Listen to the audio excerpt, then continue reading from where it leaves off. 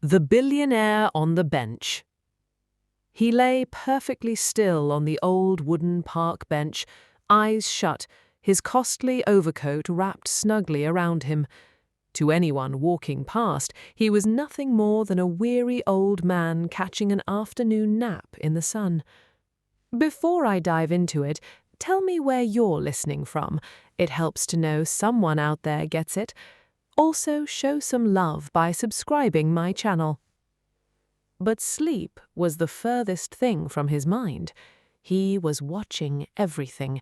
He was waiting for something, and he had no idea he was about to witness something that would turn his entire world upside down. His name was Julian Whitmore, 70 years old and the owner of a business empire worth $4.7 billion, with real estate scattered across the country. And yet, underneath all that success, there was a hollow feeling he couldn't shake. Decades of money had shown him the ugliest side of greed. People only smiled at him when they wanted something from his wallet. Help only showed up when there were cameras around to capture it. Real, honest kindness felt like it had gone extinct. So that Tuesday morning in September, Julian came up with a quiet little test. He put on ordinary clothes, left his fancy car parked at home, and walked to Lincoln Park alone.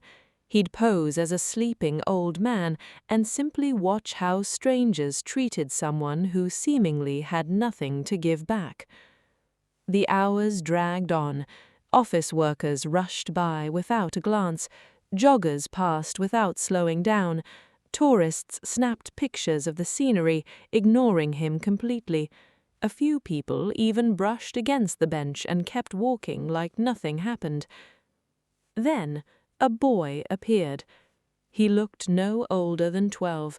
His clothes were worn thin, his shoes falling apart at the seams, and a small backpack hung loosely off one shoulder. But it was his face that stood out. It carried a kind of seriousness that only comes from a hard life. His name was Eli Mercer.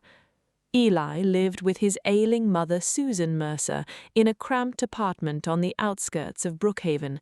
His father had died years before, leaving nothing behind but debt and sorrow. Ever since, Eli had taken it upon himself to help his mother get by. Mornings were spent delivering newspapers, afternoons collecting bottles and cans for spare change. Every single coin counted toward survival. As Eli crossed through the park that day, he spotted the old man resting on the bench. At first he simply walked on, but something tugged at him and he stopped. The afternoon heat was climbing, and the man's face looked unnaturally pale. Slowly, Eli walked back toward the bench. Julian kept his eyes closed, fully expecting the boy to move along just like everyone else had. Instead, Eli reached into his backpack, pulled out a small bottle of water, and set it gently beside the old man, close enough that he'd see it the moment he woke up. It was the only water Eli had with him. Something shifted inside Julian's chest, but the test wasn't finished yet. Eli started to walk away, then he paused, glancing back at the stranger with worry written across his face. After a moment of hesitation, he pulled out his sandwich, wrapped carefully in paper, likely the only food he'd have until dinner, and placed it right next to the water bottle. Then he left. Julian nearly broke character right then. No one was watching, no reward was coming, and still this boy had given away both his only meal and his only water, asking for nothing in return. A strange ache settled deep in the old man's heart. But the story didn't end there. About 20 minutes later, dark storm clouds rolled in overhead and rain began pouring down hard across Brookhaven. People scattered for shelter. Julian stayed put on the bench, sticking to his experiment. Then came the sound of running footsteps. It was Eli again, soaked from head to toe. He looked at the sleeping stranger and without a second thought pulled off his own thin, patched-up jacket and draped it carefully over the old man's shoulders. Then he stood there in the downpour, watching over him to make sure he was okay. For nearly 15 minutes he stood there, cold, hungry, drenched, guarding a complete stranger. That was the moment Julian couldn't pretend anymore. His eyes opened. Eli jumped back, startled. Julian slowly sat up and looked at the soaked boy standing in front of him. For a few seconds, neither one said a word. Julian's gaze drifted to the sandwich, the water bottle, and the jacket now resting on his shoulders. And suddenly it hit him, something he had forgotten a long time ago. Real wealth was never about how much money sat in a bank account. It was measured in kindness, and this boy with almost nothing to his name was richer than most millionaires Julian had ever met. He asked Eli why he'd done all this for a stranger. The boy's answer was simple. His mother had always told him that everyone carries struggles you can't see. She used to say that helping someone barely costs you anything, but it can mean everything to them. Those words hit Julian harder than any business deal or financial setback ever had. In the days that followed, he quietly looked into Eli's situation. What he found broke his heart. The family was on the verge of losing their home. Medical bills of nearly $85,000 were piling up.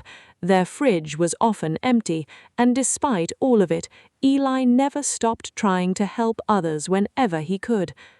9 days later, a sleek black car pulled up outside Eli's apartment building in Brookhaven.